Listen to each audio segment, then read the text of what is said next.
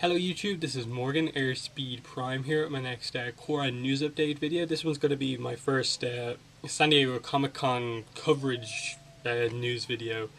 I'm probably going to have at least one more, maybe two, just to cover the various days of the convention.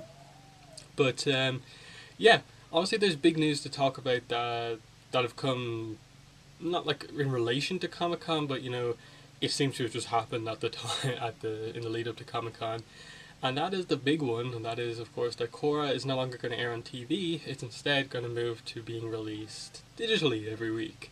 And so this started off as Nick and Moore, who are a reliable source of Korra scheduling information.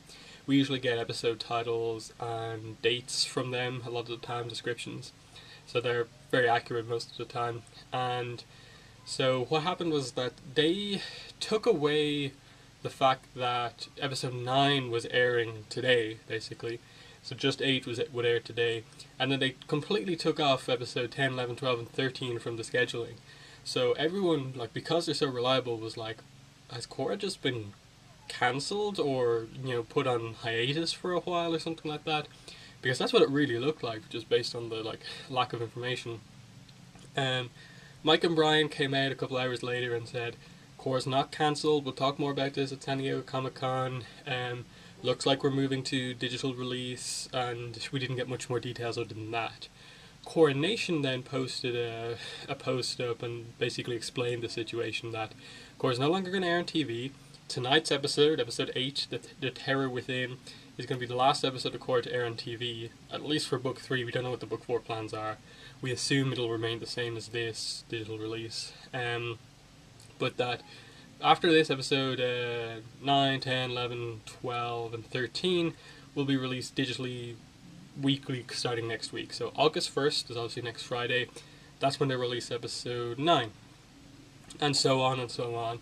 Maybe they'll release the last 2 episodes at the same time, because they're like finale, they like to do that. But where they're going to release this stuff is it's going to go up on Nick.com. Note about Nick.com.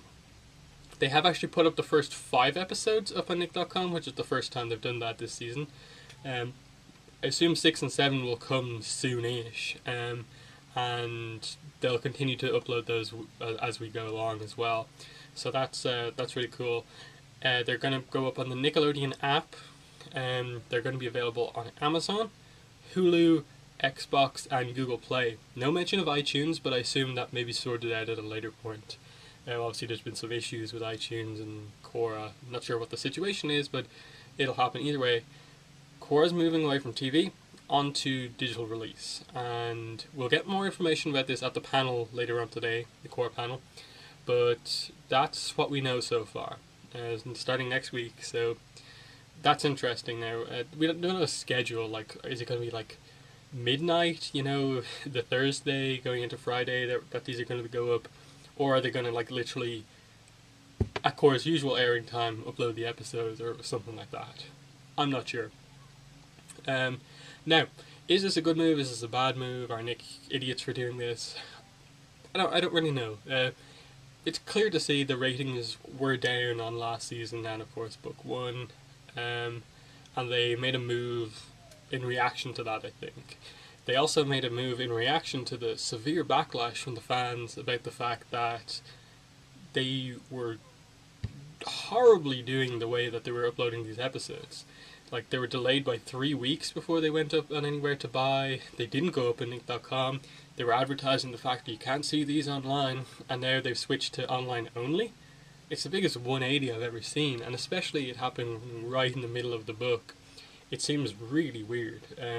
Now I think the timing is just coincidental, that it happens just as they finished getting past the leaked episode from Mexico. I don't think that has anything to do with it, really. This is a move that they're making because they seem to feel that Korra is best being online only, since the fandom is online only. A lot of people watch it online anyway, and they seem to think that, okay, if it's not going to get the ratings on TV, the fandom... The key thing to note about our fandom is that, our fandom started out, at this stage, nearly 9 years ago at this point, watching Avatar The Last Airbender. Now people are at the stage where, you know, they're getting houses, apartments of their own. Are people like, do people still get buy cable and stuff like that? That's the sort of questions you need to ask your audience for this show that's continuing from the start. Do they still have Nickelodeon as a channel? Do they have channels full stop? Or is everything to them just online on the internet? I think that's a that's a case for a lot of people, especially some of the like the fans who were like at that kind of 12, 13, 14 age when Avatar first came out, like myself.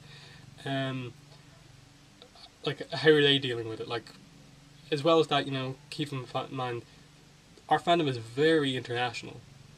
America is only a small fraction of the fandom, and they're the only ones adding to the actual ratings. So, you know, this move to digital is not going to help us that much. It's, you know, Nick.com's easy enough to access from anywhere in the world using like TunnelBear or something like that.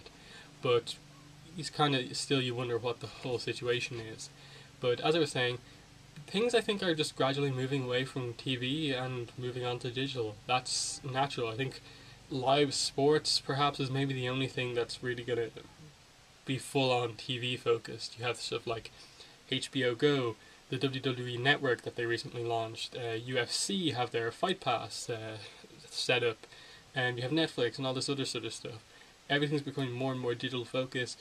You hear all over the place about people cancelling their TV, cable, satellite subscriptions, and relying on digital services more. So this could be Nick experimenting with Korra as their most online focus kind of thing that they have on their channel, as a way to experiment with full on digital release where like it's digital only, it's not on their TV channels and stuff like that. Like, is this the first step towards something like a, you know, Nick on demand like service that you have to pay for or something like that, where it's like X amount every month and you just have access to every Nickelodeon show, the whole library or something like that?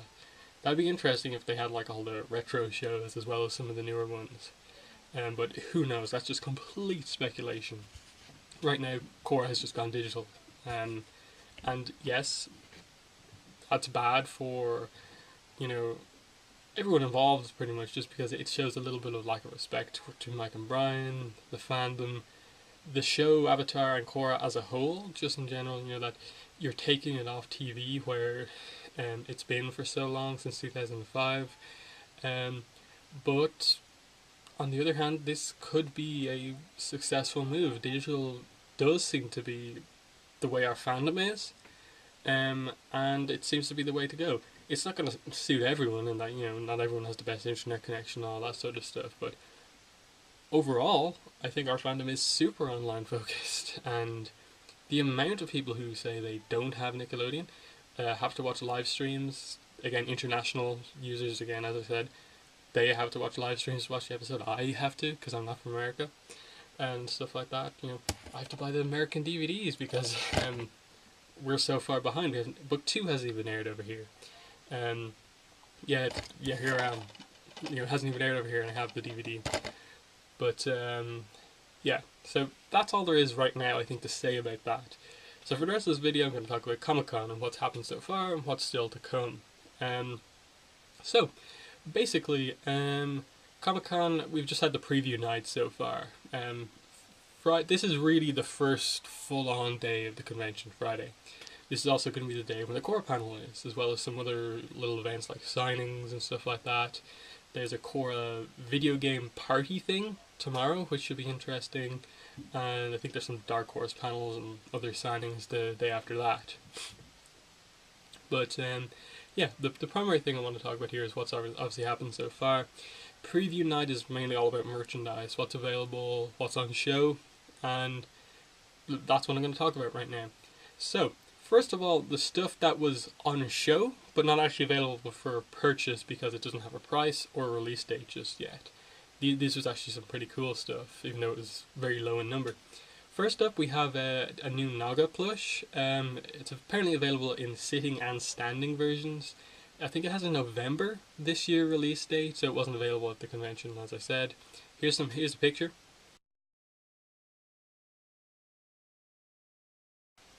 So it looks way better than the Naga plush that we got before. And this is part of the Dark Horse Deluxe line. We know that they had announced plushes. We haven't seen any of them yet, so this is cool to see some of that finally happening.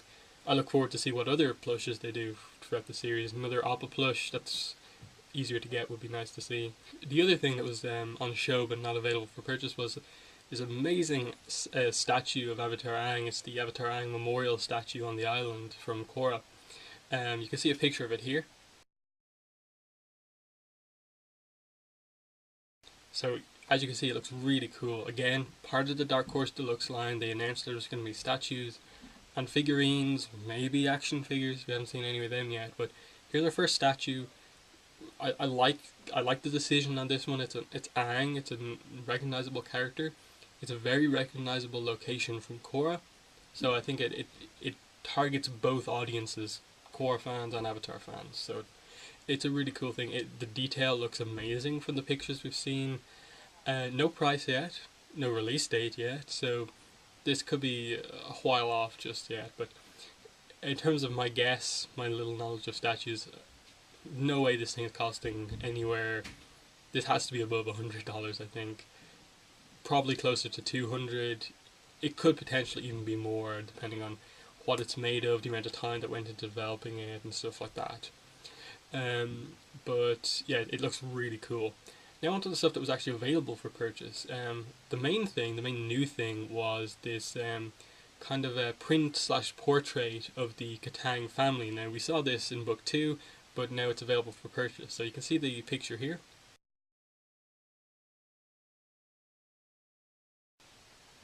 So really cool, like everyone freaked out when we saw this in the show. So it's kind of perfect that this is actually being released in kind of like a frame and stuff like that. I think it's like it was $60 at the convention. It's sold out at the convention. I think they said they're going to have more on sale today, Friday of the con. Maybe if they have any left over, they'll go up online for sale. So there's potential, I think, for people to get these. And of course, they're on eBay right now for like exorbitant prices. It's pretty insane. So don't pay that much for it if you really want this thing. In addition to that, some of the other Dark Horse Deluxe products that we had announced ages ago are finally available for purchase. The pins, patches, lunchbox are available. Again, you've seen pictures of these before, but now they are actually available for purchase. I think they're not out until September, I think is the new release date for them. So again, I have no idea what they've done with this Dark Horse Deluxe line. It was meant to be out in May. They were the initial release dates. Then it was meant to be out in June. Then it was July. Now it's September apparently. Maybe some of it's coming out this month and next month, August. Who knows just yet. We may get more information as the con progresses. But either way, that stuff was available to purchase. The book 2 art book was available for purchase as well. I think severe limited quantities. They didn't have that many of them. But the art book was available for purchase. Now, the art book's not out until September 5th in comic book stores and 18th elsewhere. So this is over like a month and a half before release. This is pretty insane. Like, preview copies haven't even went out yet, I don't think, for this. We haven't even seen advanced reviews of this, and it's already available. So that's a really cool exclusive that they put out there. But it also kind of goes like, why is it coming out a month and a half from now if they have it printed, basically? It seems really weird and odd. We haven't seen the poster yet from the convention. We don't even know if there's going to be one, but the signings haven't quite happened yet, so I assume we'll see the poster as the con progresses, and I'll talk about that when we see it. And other stuff like that, we don't really know what else is happening.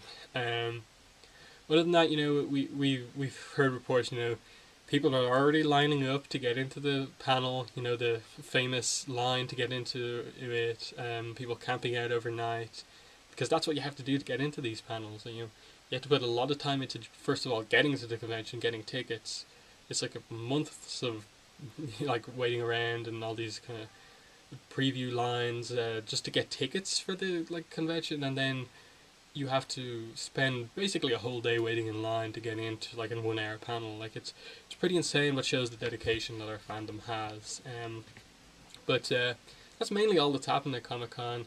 the big thing obviously is coming up later on today, and that is the Korra panel. It's going to be a book 3 panel, as I said before, and the time is 11:15 San Diego time, which I think is 7:15 my time in Ireland, and I think it's 6:15 GMT, and that is, I think, 2:15 Eastern time. I think the panel's at. Again, time zones, I'm not great with them, but I think that's the way it's going to work. Either way, if you're online, you'll probably know when the panel is starting, just like by looking at Tumblr, Twitter, and so on. But the way I'm going to cover for the site is, obviously I'm not at the convention, I haven't been ever, but I have covered it on the site for the past 3 years, and what I'm going to do is I'm going to put a news post up on the site, and I'm just going to live update basically as news comes in from the panel. So I'm going to sit down here at 7:15 my time, go online, find out who's covering the panel, and compile all this information into a post that I'll live update on the site, avatarthelastairbender.online.com. So that's how you can follow the progress of this panel. I'll post pictures and stuff like that if they become available. Then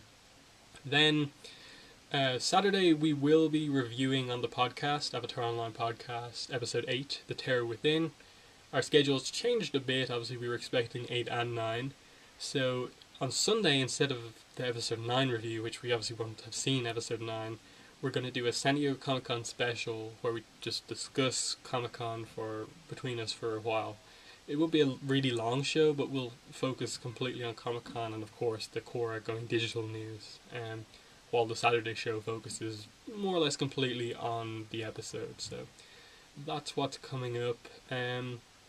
But yeah, in addition to that, as I said, stuff coming later on the convention. There's some signings that will happen, so we'll get maybe some questions.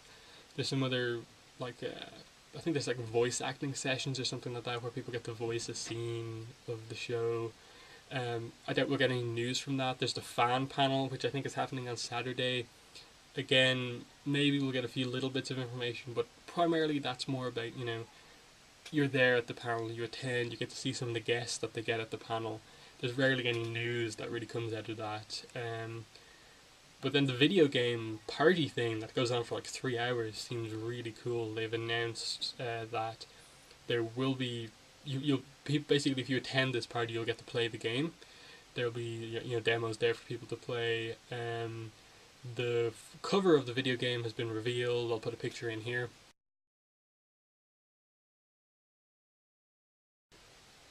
Which is really cool. I really hope that we actually get coverage out of this event and it's not just exclusive for attendees, because I really want to see in-game footage of this game and see what it's actually like in action. I have to talk a little bit more about the 3DS game since it's different from the console version, and just in general I really want to see what fan reaction is to this game, and most of all, release date. I hope we get that because they said fall 2014, and that's basically in any month now, so I hope they announce it soon. I hope it's not too far away. But yeah, right now that's all the news that there is from Comic Con. As I said, it's only just started. Today, Friday, is the first kind of big day of the convention, and it's going to be the main day pretty much for Korra. So more will come tomorrow. So thanks for watching this video, and bye.